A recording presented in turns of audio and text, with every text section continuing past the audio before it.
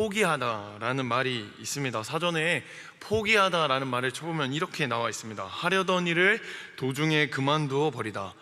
자기의 권리나 자격, 물건 따위를 내버려 던지다. 이렇게 나옵니다. 여러분, 우리는 일생을 살아가면서 몇 번의 포기를 할까요? 여러분은 지금까지 몇 번의 포기를 경험하셨나요? 제가 말씀을 준비하면서 사람들은 보통 몇 번의 포기를 할까라고 궁금해졌습니다. 그래서 제미나이한테 한번 물어봤습니다. 사람은 인생을 살면서 몇 번의 포기를 하나요? 이 질문에 제미나이가 이렇게 답을 했습니다. 정해진 숫자는 없습니다. 많은 사람들이 인생에서 포기를 경험하지만 그 숫자는 셀 수가 없죠. 왜요? 다 다르기 때문이에요. 삶도 다르고 생각과 마음도 다르죠. 주어진 환경과 상황도 다르죠. 그렇기 때문에 포기하는 순간도 포기하는 횟수도 다 다른 거예요. 아무리 AI여도 그 평균을 낼 수가 없었던 것이요. 이렇듯 누군가는 인생을 살아가면서 10번 포기하고요, 누군가는 100번 아니 1000번을 포기하면서 삽니다. 그런데요, 여러분, 이 땅을 살아가는 사람들은 무엇으로 포기를 결정할까요? 무슨 기준으로 포기할 것인가를 선택할까요? 여러분, 이름만 대면 다 아는 수능 1타 강사 중에 이지영이란 분이 있습니다. 이분은 제가 고등학교 때도 1타 강사였었는데 10년이 지난 지금도 똑같은 모습으로 똑같은 얼굴로 학생들을 가르치고 계세요. 이 고등학교 시절을 지나온 사람이라면 한 번쯤 봤을 만한 이 이지영이라는 분이 공부하는 게 너무 힘들고 지쳐서 진짜 포기할까 고민하는 이 학생들에게 이런 말을 했습니다. 나는 너희들이 이 말 하나 꼭 기억했으면 좋겠어. 신은 인간에게 선물을 줄 때 시련이라는 포장지에 싸서 주는데 더 큰 선물일수록 더 큰 시련에 싸서 준다더라. 맹자라는 사람이 이런 말을 했는데 하늘은 큰 사람이 되게 하려는 사람에게 큰 시련을 준다고 했어. 나는 이 말을 믿고 나에게 시련이 닥쳐올 때 이런 생각을 했어. 내가 얼마나 큰 사람이 되려고 일어나. 여러분, 저는 이 이야기를 들으면서요, 세상을 살아가는 사람들이 포기를 결정하는 기준이 이것이구나 라는 생각을 했습니다. 무엇일까요? 인생의 성공입니다. 잘 되는 것, 잘 사는 것이 기준이라는 것을 발견했습니다. 수험생이라면 누구나 다 아는 이 1타 강사가 지금 인생을 걸고 삶의 전부와 같은 시간들을 보내고 있는 학생들에게 인생에서 너무 중요해서 힘들어도 이 공부하는 시간들을 힘겹게 버티고 있는 학생들에게 그냥 포기해버릴까 하고 생각하고 있는 이 학생들에게 뭐라고 이야기하나요? 참아, 큰 선물을 준다잖아. 조금만 견뎌봐. 그 시간이 지나면 큰 사람이 될 거라잖아. 여러분, 이 사람이 말하고 있는 큰 선물은 무엇입니까? 이 사람이 말하고 있는 큰 사람이 된다는 건 도대체 무엇이죠? 결국 좋은 성적 얻는다는 거 아니에요? 끝까지 공부 열심히 하면 결국 잘 될 거라는 말 아니에요? 성공한다는 거 아니에요?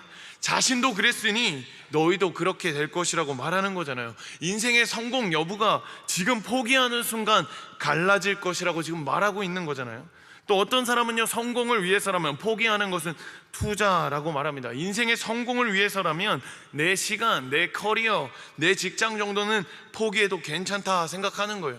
인터넷에 포기, 투자 이렇게 한번 쳐보세요. 다 이런 얘기밖에 안 나옵니다. 성공을 위해서라면 과감하게 포기하십시오. 그리고 사례가 쭉 나옵니다. 잘 다니던 직장을 포기하고 가게 차렸더니 인생 역전에 성공했습니다. 연매출 몇 억.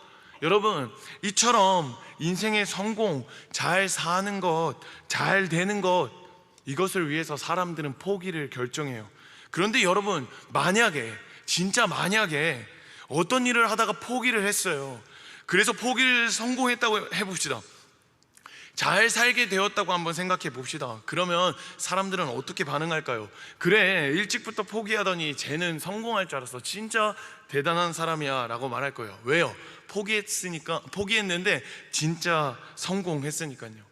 그때는 스스로도 포기한 자신을 보면서 기세등등하고 아주 만족스러울 거예요. 모두가 이처럼 인생의 최상의 시나리오를 경험하면 얼마나 좋겠어요. 그러나 최악의 시나리오도 있는 법이에요. 최악의 시나리오는 뭘까요? 만약에 포기를 했는데 성공하지 못했다고 한번 해봅시다. 잘 살기는커녕 더 상황이 어려워졌다고 한번 해봅시다. 그러면 사람들은 어떻게 반응할까요? 어제까지 포기하라고 말하던 사람들이 왜 포기했냐고 말할 거예요. 나의 포기를 지지해주던 사람들은 모른 채 할 거예요. 무엇을 보고요? 성공하지 못한 나를 보고요. 세상은 인생의 성공을 가지고 포기의 기준을 삼는데요, 여러분, 인생의 성공을 위해서 포기를 결정한다는 것은요, 사실상 한 치 앞도 알 수 없는 도박과 같은 결정인 거예요. 보장된 게 하나도 없으면서 다른 사람들처럼 인생의 성공, 잘 될 거야, 이 막연한 기대를 가지고 내 시간, 내 돈, 내 가치, 내 생각을 포기한 것이거든요. 그래서 확실한 미래를 알 수 없으니 포기하는 순간까지도 어떻게 하나요? 불안해하죠. 초조해하죠. 잘한 게 맞나, 수없이 많은 시뮬레이션들을 막 돌려보는 거예요.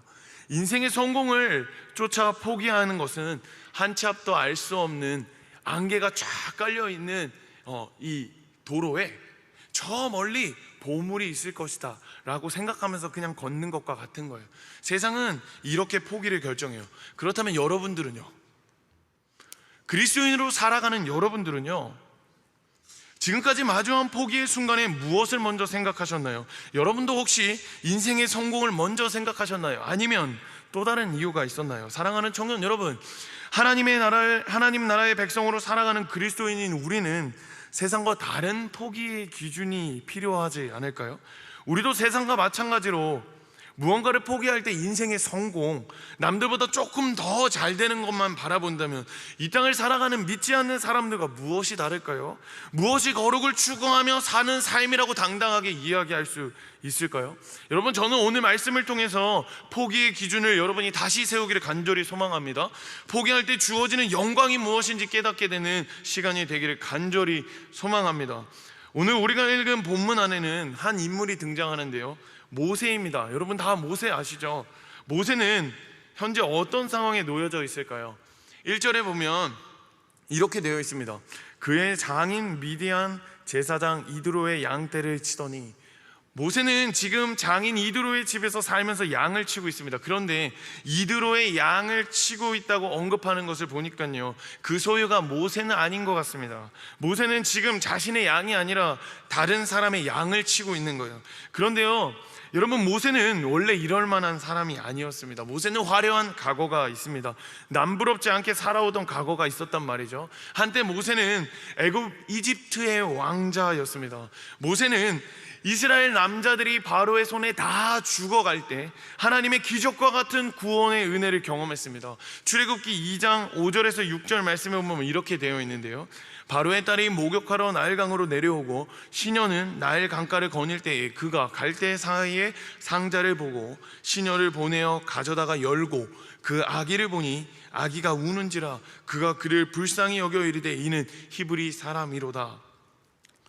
하나님께서는 이집트 바로 딸의 마음을 움직이셔서 히브리 사람의 아기임에도, 모세가 다른 민족의 아이임에도 불구하고 그를 왕실에서 살아갈 수 있도록 합니다. 그렇게 모세는 이집트 왕실에서 자라게 되었어요. 여러분, 모세가 왕실에서 자라는 순간부터 자연스럽게 따라오는 것들이 있습니다. 무엇일까요? 왕의 자녀로 산다는 거예요. 여러분, 당대 최고의 권력과 힘을 가진 이 나라의 왕의 자녀로 산다는 건 어떤 기분일까요? 상상이 되세요? 아마도 동시대에 살아가는 사람들 중에 가장 높은 정점에 서 있는 기분이 들지 않았을까요? 제가 살아보지 않았지만 잠실에 있는 시그니엘에서 사는 느낌이 그런 느낌 아닐까요? 석촌 호수가 보이고 롯데월드가 보이는 그런 삶이 아닐까요? 모세도 아마 마찬가지였을 거예요. 눈앞에는 나일강이 흘러갑니다. 아침마다 노예들이 자신의 방에 들어와서 왕실에서만 사용하는 아주 비싼 향유를 몸에 발라줍니다. 온몸에는 황금으로 뒤덮인 장식품들이 주렁주렁 매달려 있었겠죠. 사람들의 부러움과 존경을 한 몸에 받았을 거예요. 이뿐일까요? 이집트 최고의 교육기관에서 교육을 받았을 거예요. 사도행전 7장 22절에 보면 이렇게 말합니다. 모세가 애굽 사람의 모든 지혜를 배워 그의 말과 하는 일에 능하더라. 여러분, 당대 최고의 권력과 힘을 가진 나라의 왕자가 된다는 것, 이런 것입니다. 가장 높은 정점에 사는 것. 모세가 왕실에서 자라는 순간부터 이 모든 것들이 자연스럽게 따라온 거예요. 아무나 누릴 수 없고 아무나 가질 수 없는 엄청난 특혜를 가지게 된 거죠. 더욱이 모세는요, 그의 어머니 요게벳의 품에서 자랐습니다. 애굽 최고의 엘리트로서 성장하면서 동시에 히브리인 신앙 교육도 받았다는 거죠. 모세는요, 둘째가라면 서러울 정도로 너무나 좋은 환경과 너무나 좋은 신앙의 토양에서 자란 거예요. 그런데 앞날이 창창해야 할 모세는 지금 뭘 하고 있죠? 다른 사람의 양을 치고 있어요.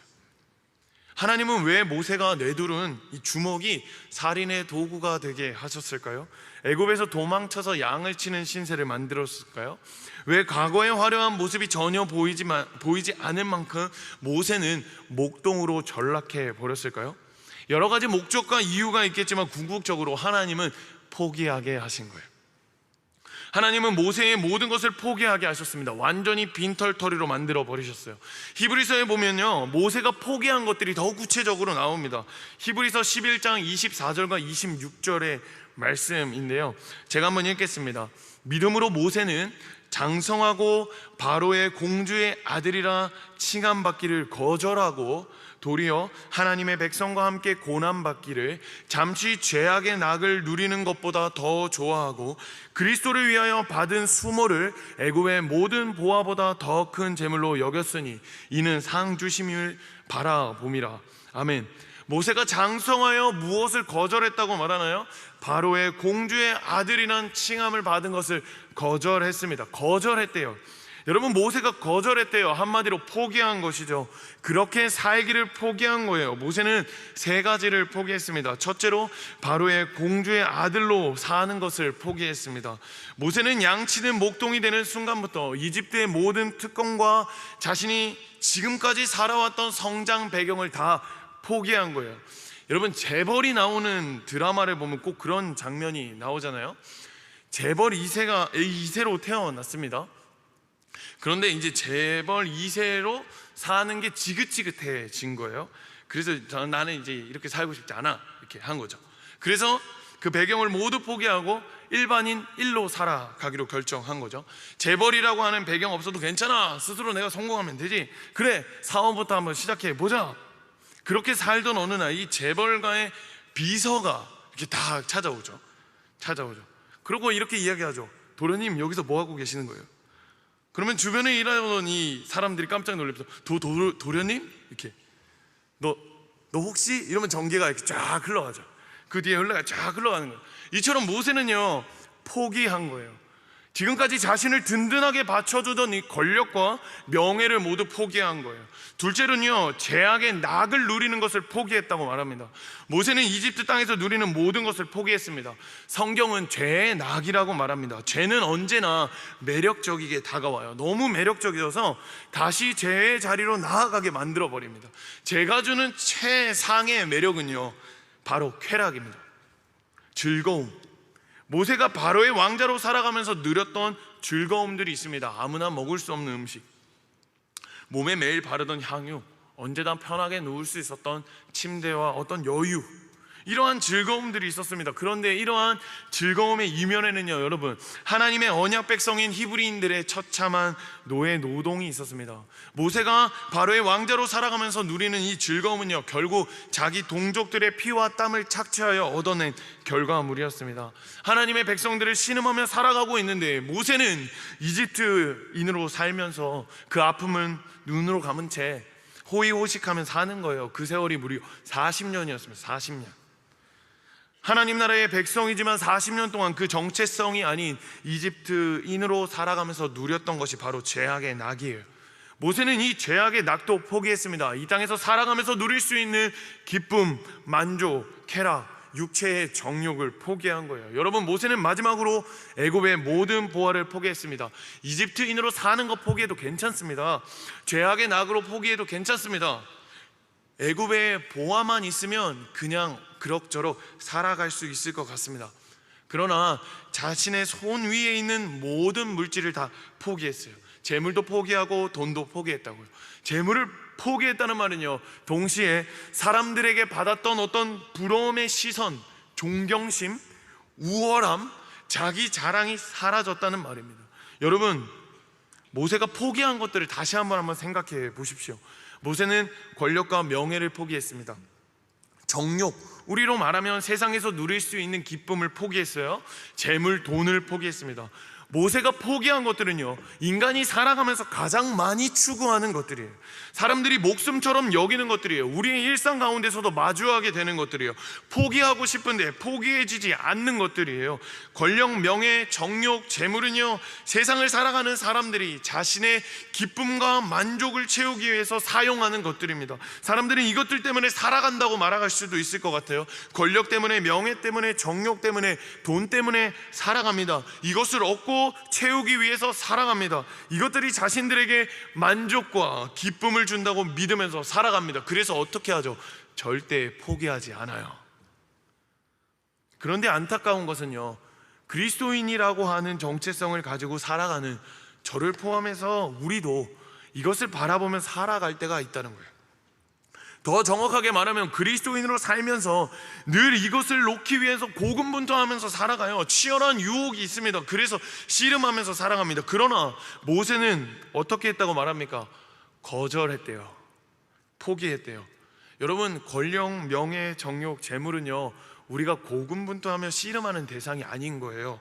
포기해야 되는 대상인 줄 믿습니다. 내려놓아야 하는 것들인 줄 믿습니다. 모세는요, 하나님이 이것들을 모두 포기하게 만드셨습니다. 그렇게 다른 사람의 양을 치는 사람이 된 거예요. 여러분, 하나님은요, 우리에게도 동일하세요. 우리가 포기할 수 없다고 하나님이 판단하시면, 가만히 보면 권력과 명예로 넘어질 것 같다, 정욕 때문에 무너질 것 같다, 재물 가는 곳에 따라가겠다, 이렇게 생각하시면요, 하나님은 우리가 포기하지 못한 것들을 모두 포기하게 만드세요. 그렇게 그리스도인은요, 포기하는 인생인 것입니다. 하나님은 왜 우리를 포기하는 인생으로 만드실까요? 하나님은 모세를 왜 포기하게 하셨을까요? 모세가 마음에 안 들으셔서 그랬을까요? 그렇다면 처음부터 안 주시면 되잖아요. 그런데 왜 모세에게 다 주셔놓고 다 경험하게 해놓고 포기하게 하셨을까요? 그래야 하니까요. 권력도 명예도 정력도 물질도 경험해야 하나님이 앞으로 주실 영광이 더 가치 있다는 것을 알게 될 테니까요. 하나님께서 내가 포기한 것보다 주실 영광이 얼마나 크고 감격스러운지 포기할 때 알게 될 테니까요. 그래서 하나님은 모세도 우리도 포기하는 삶을 살아가게 하시는 줄 믿습니다. 영광을 보여주시려고요. 여러분, 이 영광은 보장되지 않는 세상의 것들과 달리 보장된 영광입니다. 그렇다면 모든 것을 포기했던 삶의 끝에서 얻게 되는 영광은 무엇이었을까요? 모세에게 사실 당장 바뀌는 것은 없었습니다. 이집트 40년의 인생을 포기했는데 바뀌는 거라고는 양치는 목동이 되는 것밖에 없었어요. 절망적이죠. 사람들이 볼 때는요, 그냥 폭삭 망한 가엾은 존재일 뿐입니다. 우리의 눈에도 그렇죠. 인생의 성공을 가지고 포기를 결정하는 사람들의 눈을 볼 때는 어떨까요? 어떻긴요, 그냥 망한 거죠. 그러나 하나님은 아닙니다. 하나님에게 다 포기하고 미디안의 목동으로 사는 모세는요, 망한 존재가 아니에요.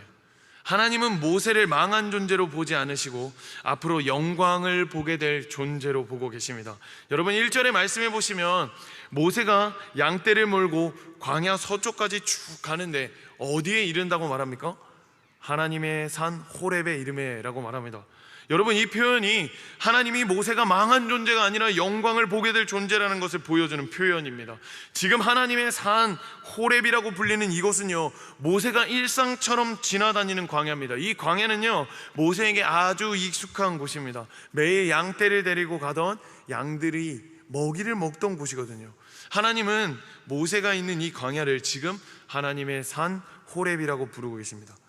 여러분, 하나님의 산 호렙이라는 말은요, 지금은 그냥 평범한 광야인데 앞으로 그 장소가 하나님의 산이 될 것이라고 말해주는 미래적인 표현입니다. 앞을 내다보며 하나님이 말씀하고 계시는 거예요. 앞으로 모세는 자신의 일상이 평범한 광야가 하나님의 산이 되는 영광을 보게 될 것입니다. 사랑하는 여러분, 하나님은 이걸 보고 계시는 거예요. 하나님의 시선은 여기에 있습니다. 다 포기해서 아무것도 없는 빈털터리 인생의 모세가 아니라 평범한 광야가 하나님의 산이 되는 그 영광을 보게 될 모세를 지금 보고 계시는 것입니다. 하나님은 언제나 우리를 이런 시선으로 보고 계세요. 로마서 8장 30절에 보면 이런 말이 있습니다. 또 미리 정하신 그들을 또한 부르시고 부르신 그들을 또한 의롭다 하시고 의롭다 하신 그들을 또한 영화롭게 하셨느니라. 아멘. 여러분, 하나님은 당장 눈앞에 보인 현실만 보지 않으십니다. 정한 사람을 부르시고요, 그 사람이 결국 영화롭게 되는 더 너머의 존재를 보고 계십니다. 모세도 마찬가지입니다. 우리도 마찬가지인 것입니다. 모세가 40년의 인생을 포기하게 하실 때는 포기한 현실을 바라본 것이 아니라 더 너머의 평범한 광야가 하나님의 산이 되는 그 영광을 보게 될 모세를 보시는 겁니다. 사랑하는 청년 여러분, 세상에서 사람들이 내가 포기한 모습, 포기를 통해서 겪는 현실을 보고 있을 때, 거기에만 관심이 있을 때, 하나님은 그 너머의 평범한 일상이 하나님의 산이 되는 영광을 보게 될 그 우리를 보고 계시는 줄 믿습니다. 하나님의 시선을 보십시오. 하나님은 모세가 처한 상황을 보시나요? 모세의 상태를 보시나요? 아닙니다. 하나님은 말씀으로 분명히 말씀하고 계십니다. 지금 이 순간 다 포기해서 망한 것 같은 내가 아니라, 모세가 아니라 영광을 볼라, 영광을 볼 모세를 보신다고 말씀하십니다. 하나님의 산 호렙, 그게 우리를 향하신 하나님의 시선인 줄 믿습니다. 여러분, 모세가 경험하게 될 하나님의 산이 되는 이 영광은요, 어떻게 이루어질까요? 하나님은 다 포기하고 아무것도 없는 상태로 무려 40년의 시간을 끌고 갔습니다. 지금 모세는 80세의 모세예요. 양을 치는 40년의 시간은 모세에게 있어서 이집트 왕자였던 사실을 잊어버릴 만큼 그냥 일상이 됐습니다. 그런데 그렇게 지내온 삶에 하나님을 한 번도 만나본 적이 없어요. 하나님이 나타나신 적이 없습니다. 분명히 모세는 요게벳 어머니로부터 신앙 교육을 받아서 하나님을 예배하는 것도 알았을 거예요. 신앙생활을 한다는 것이 무엇인지도 알았을 거예요. 그런데 40년 동안 하나님을 만난 적이 없습니다. 그러던 80세의 모세가 살아가는 평범한 것 같은 그 어느 날에 하나님은 모세에게 나타나십니다. 일상처럼 보내던 광야 그 시간 가운데 하나님께서 모세를 찾아오세요. 2절 말씀에 이렇게 되어 있습니다. 여호와의 사자가 떨기나무 가운데로부터 나오는 불꽃 안에서 그에게 나타나시니라. 그가 보니 떨기나무에 불이 붙었으나 그 떨기나무가 사라지지 아니하는지라. 일상과 같은 광야, 그리고 그 광야에 듬성듬성 자라고 있는 평범하게 그저없는 떨기나무에 불이 타오르는 거예요. 그런데 이 불은요, 활활 타오르긴 하는데 타지 않는 거예요. 모세의 반응을 한번 보세요. 3절에 보니까 모세가 그 광경을 보고 내가 돌이켜 가서 그 큰 광경을 보리라. 떨기나무가 어찌하여 타지 아니하는고 하니, 여러분, 여기에 큰 광경을 보리라 했던 이 말은요, 원어로 살펴보면 예사롭지 않은 놀라운 광경이라는 의미입니다. 모세는 깜짝 놀란 거예요. 지금까지 자신의 일상에 없던 다른 한 가지를 보게 된 것이죠. 이 기이한 현상이 불타는 떨기나무 앞으로 다가오도록 만들었습니다. 모세는 거기서 하나님의 음성을 듣습니다. 모세야, 모세야. 하나님은 2번 모세의 이름을 부릅니다. 여러분, 하나님께서 누군가를 2번 부르실 때는 2가지 의미를 담습니다. 하나는 하나님의 부르심이 잘못 들은 게 아니다, 확실하다는 의미로 2번 부릅니다. 또한 다급할 때 2번 부르십니다. 하나님께서 불타는 떨기나무로 다가오는 모세를 향하여 2번 부르신 것은 확실의 의미보다 다급함의 의미가 더 적합할 것 같아요. 왜요? 모세가 관심 가지고 지금 다가오고 있는 그 떨기나무 앞에는요, 하나님의 거룩함이 있거든요. 거기에는 여호와의 사자가 있거든요. 거기에는 하나님이 계시거든요. 하나님을 만나면 거룩하지 못한 존재는 죽는 거예요. 그것을 아시는 하나님께서는 지금 다급한 목소리로 부르시는 것입니다. 모세야, 모세야. 모세가 불타는 떨기나무 앞에서 들은 하나님의 음성은요, 사랑의 부르심인 거예요. 하나님은 모세를 사랑의 마음으로 자신이 있는 그곳으로 부르시는데 혹여나 상할까봐 다급하게 부르십니다. 그리고 계속해서 이렇게 말씀하시죠. 5절 말씀입니다. 하나님이 이르시되 이리로 가까이 오지 마라. 내가 선 곳은 거룩한 땅이니 내 발에서 신을 벗으라. 하나님은 모세에게 이렇게 말씀하세요. 이 땅은 거룩한 땅이다. 성경에서 약속된 땅 이외에는요, 모든 땅이 속되거나 깨끗하지 않는 것을 표현할 때가 많습니다. 보통 그때의 광야는 거룩함과는 거리가 멉니다. 광야는 거룩과 어울리지 않아요. 모세도 마찬가지였습니다. 지금 모세가 서 있는 광야는 40년 동안 지나온 광야입니다. 그런데 한 번도 거룩한 땅이라고 생각해 보신 적이 없습니다. 그냥 일상이었고 모세에게 너무나도 익숙한 공간일 뿐입니다. 내일 당장 양을 끌고 와도 눈을 감고라도 여기에 있는 이 양들을 다 먹일 수 있을 만큼 아주 익숙한 공간이에요. 매일 걸었던 그 땅을 한 번도 거룩한 땅이라고 생각해 본 적이 없었는데, 하나님이 그 땅을 거룩한 땅이라고 말씀하세요. 어떻게 그것이 거룩한 땅이 될 수 있을까요? 여러분, 거룩하지 않는 땅을 특별하고 거룩한 땅으로 변화시킬 수 있는 유일한 이유는요, 하나님이 그곳에 임재하면 가능한 거예요. 떨기나무에 붙은 불이 그것을 상징하는 거예요. 불은 하나님의 임재를 상징하는 거예요. 하나님이 여기에 있다. 출애굽 당시에 하나님은요, 불기둥으로 이스라엘 백성들을 인도하셨습니다. 이스라엘 백성들은 불기둥이 딱 떴을 때 하나님의 임재를 경험했고요, 그리고 그분의 인도하심을 따랐습니다. 모세가 광야를 살아가면서 거룩한 땅이라고 느끼지 못했던 것은 하나님이 거기에 임재하지 않으셨기 때문입니다. 그러나 오늘 하나님께서 모세에게 여기는 거룩한 땅이야 라고 말씀하실 때에는 하나님의 임재가 여기에 있는 거예요. 하나님이 여기에 계시는 거예요. 모세의 눈앞에 계시는 거예요. 여러분, 하나님은 모세가 다니는 장소를요 선택하시고 그 장소에 모세를 만났습니다. 하나님이 계시면 모세를 만나는 그때의 그 장소는 거룩하게 되는 거예요. 여러분, 하나님이 광야에 임재하시니까 거룩한 땅이 되었습니다. 하나님이 임재하시는 곳이면 그것은 거룩한 땅이 되는 거예요. 평범한 광야도 하나님의 임재하시고 그것에 거하시면 하나님의 산이 되는 거예요. 하나님이 임하시면 평범한 광야가 하나님의 산이 되는 거예요. 모세는 하나님을 만나고 하나님의 임재를 경험했습니다. 모세 앞에 나타난 하나님이 바로 포기하는 자에게 주시는 영광입니다. 거룩하신 하나님을 마주하는 그곳은 더 이상 평범한 광야, 일상의 자리가 아닙니다. 그것은 모세에게 예배의 자리가 되는 거예요. 어떤 주석가는요, 하나님과 만나는 이 장면을 보면서 이렇게 기록했습니다. 하나님은 모세의 예배를 받으시기 위해서 자연의 성전을 만들었다. 너무 멋있는 표현 아닌가요? 하나님은 모세의 예배를 받으시기 위해서 자연의 성전을 만드셨대요. 사랑하는 여러분, 하나님은요, 한 사람의 예배를 받으시고자 자연에서도 성전을 만드실 수 있는 분이십니다. 그렇게 예배는 장소를 제한하지 않습니다. 하나님이 그곳에 계시면 그곳은 우리의 예배가 자리가 되는 거예요. 장소, 사람, 상황 이런 게 중요한 게 아닙니다. 하나님이 임재하는 어디서든 예배하는 장소가 될 수 있습니다. 하나님은 모세의 예배를 받으시고자 이 빈털터리 40년의 인생을 살게 했습니다. 모세는 모든 것을 포기했지만 불붙은 떨기나무 앞에서 가장 영광스러운 하나님을 얻게 된 줄 믿습니다. 그러나 모세가 여전히 포기하지 않는 것이 하나 더 있어요. 5절을 다시 한번 보세요. 하나님은 모세에게 한 가지 더 말씀하십니다. 하나님이 이르시되 이리로 가까이 오지 마라. 내가 선 곳은 거룩한 땅이니 내 발에서 신을 벗으라. 이것입니다. 모세가 포기하지 않는 단 하나는 신을 벗는 것입니다. 하나님은 모세에게 신을 벗으라고 말씀하십니다. 여러분, 신을 벗으라는 말은 무슨 의미를 가지고 있을까요?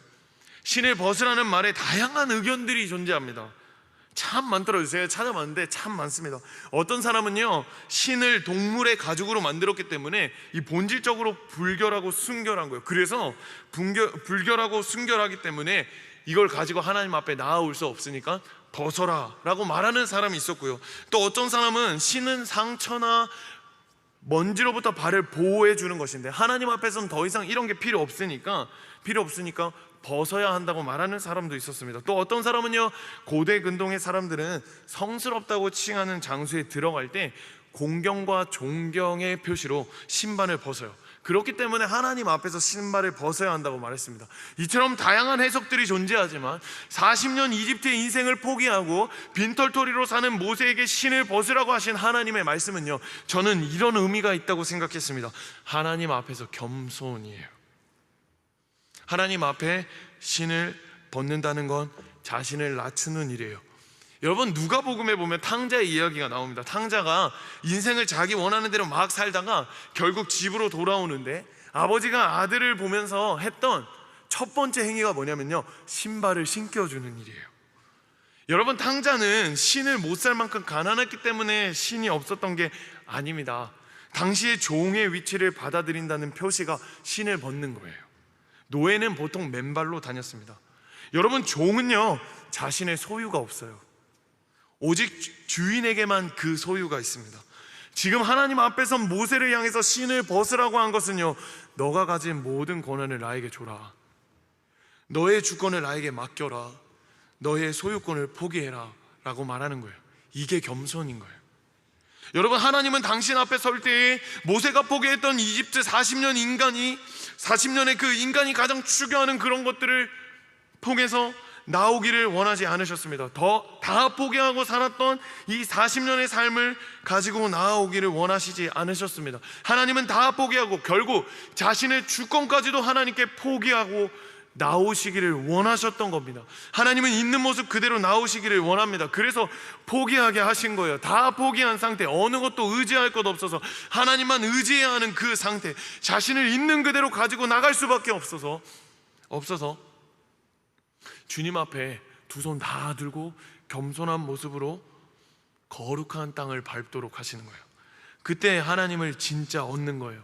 하나님의 영광을 보게 되는 거예요. 그때 하나님을 예배하게 하십니다. 사랑하는 청년 여러분, 이것이 하나님이 바라시는 진짜 예배의 모습입니다. 예배자의 모습입니다. 여러분, 신을 벗으십시오.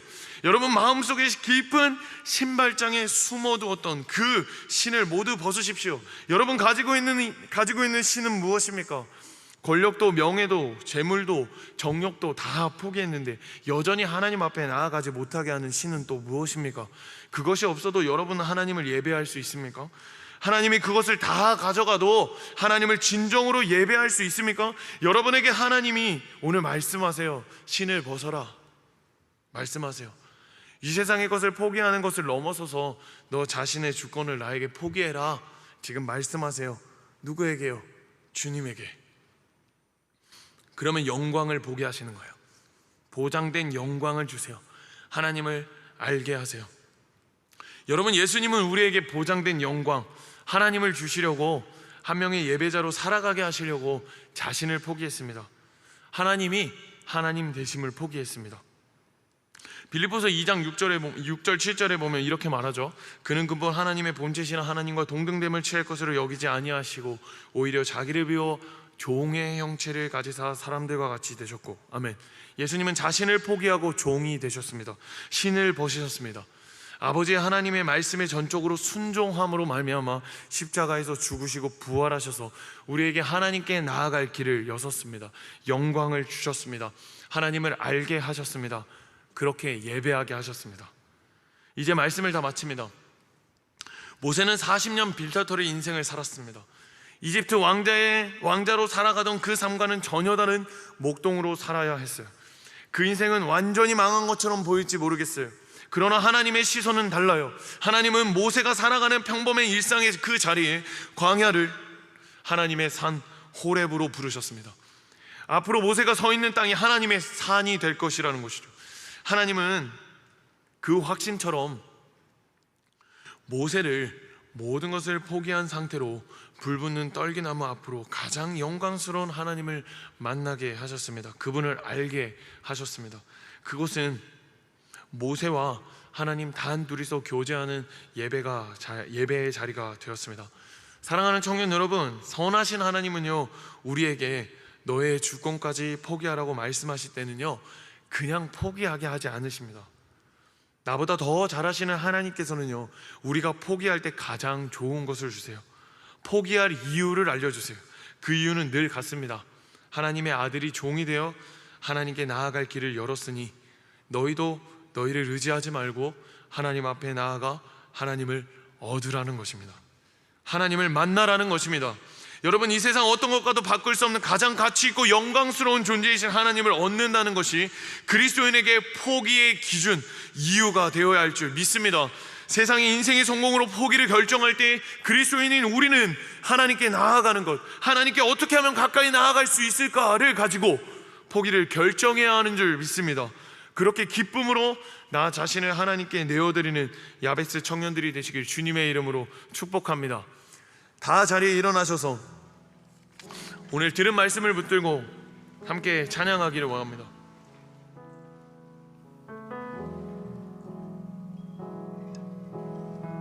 함께 찬양합니다. 주님 계신 곳에 나가니 찬양 드리며 그 성소에 들어가 주의 얼굴 배우리. 그 얼굴을 배울 때 주님의 은혜 넘치네. 엎드려 고백하네. 한 번 더 고백할까요? 주님 계신 곳에, 주님 계신 곳에 나가니 찬양 드리며 그 성소에 들어가 주의 얼굴 배우리. 그 얼굴을 배울 때 주님의 은혜 넘치네. 엎드려 고백하네.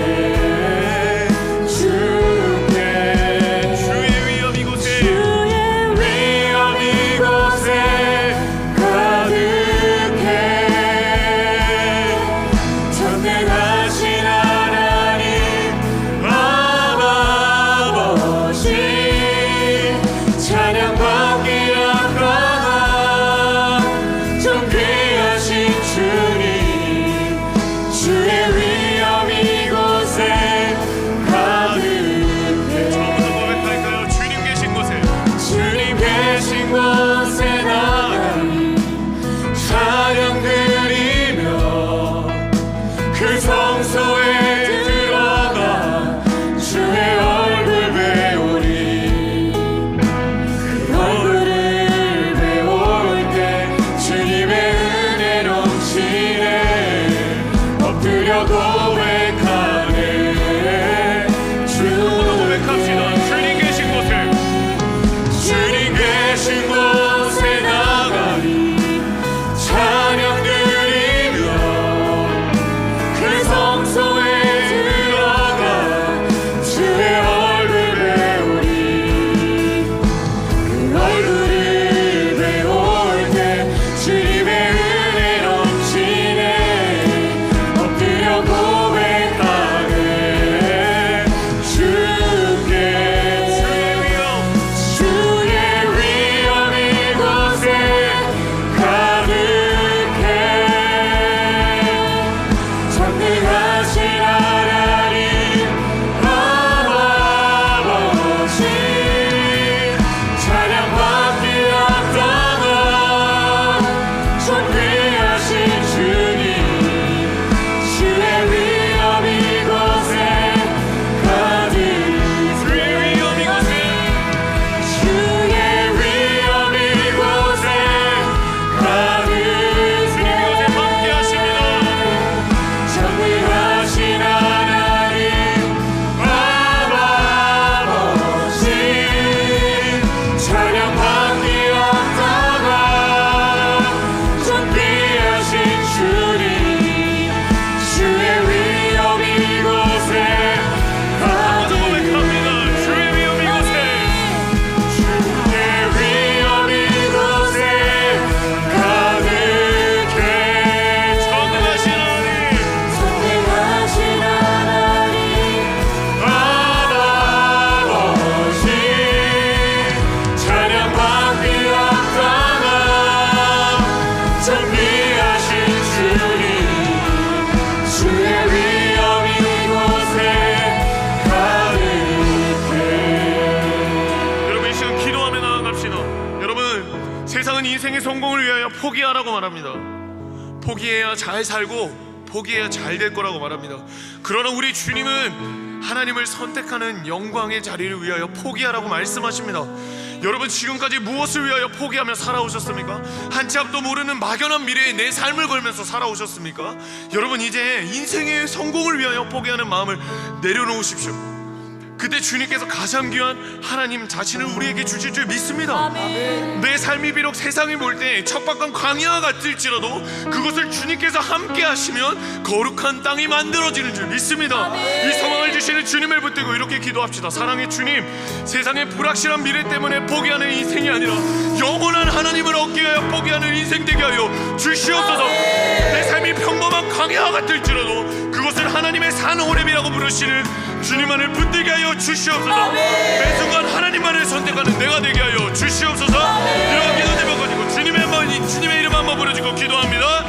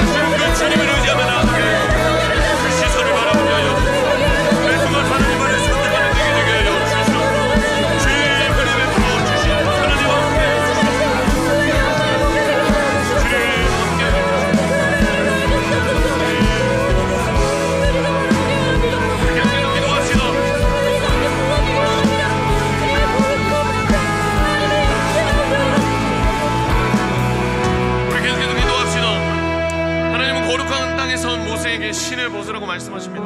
너의 소유권, 너의 주권을 내 앞에 내려놓고 있는 모습 그대로 나와도 괜찮다, 우리에게 말씀하십니다. 우리의 신을 벗고 주님 앞에 있는 그대로 엎드릴 때 우리의 일상을, 우리의 삶의 자리를 예배의 자리로 만들어 가실 줄 믿습니다. 나의 주권을 완전히 내어드릴 때 비로소 하나님께서 더 가까이 나아가게 하는 예배자가 될 줄 믿습니다. 하나님과의 깊은 교제가 회복될 줄 믿습니다. 우리의 참된 주인이신 주님께 나아가 이렇게 기도합시다. 사랑의 주님, 하나님 앞에서도 끝까지 고집하던 나의 주권까지 주님께 내려놓게 하여 주시옵소서. 내가 밟는 모든 일상 가운데 주님이 임재하셔서 그곳이 가장 영광스러운 예배의 자리가 되게 하여 주시옵소서. 있는 모습 그대로 주님만 의지할 수밖에 없는 참된 예배자가 되게 하여 주시옵소서. 주님의 이름 한번 부르짖고 기도합니다.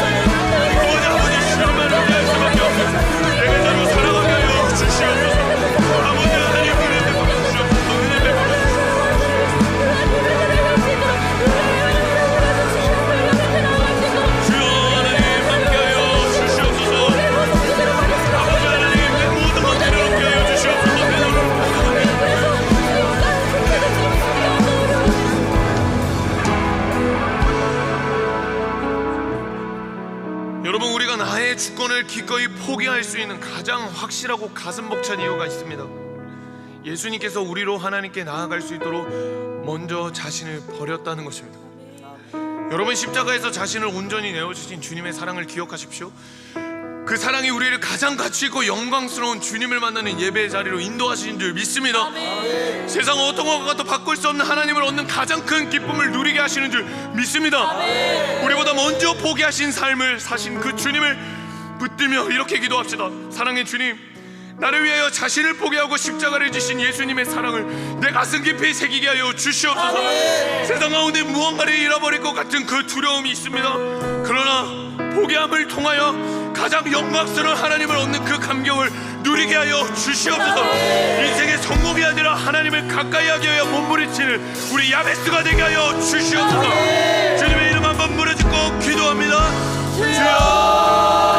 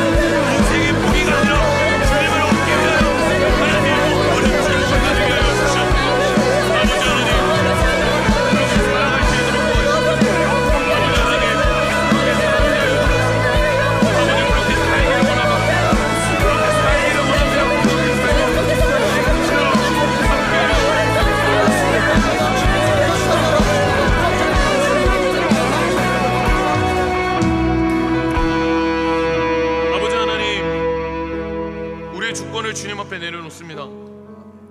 모세가 보여준 것은 권력도 영광도 재물도 정욕도 그것을 포기하는 것이 아니었습니다. 궁극에 자기 자신까지도 포기할 수 있는 그 믿음이었습니다.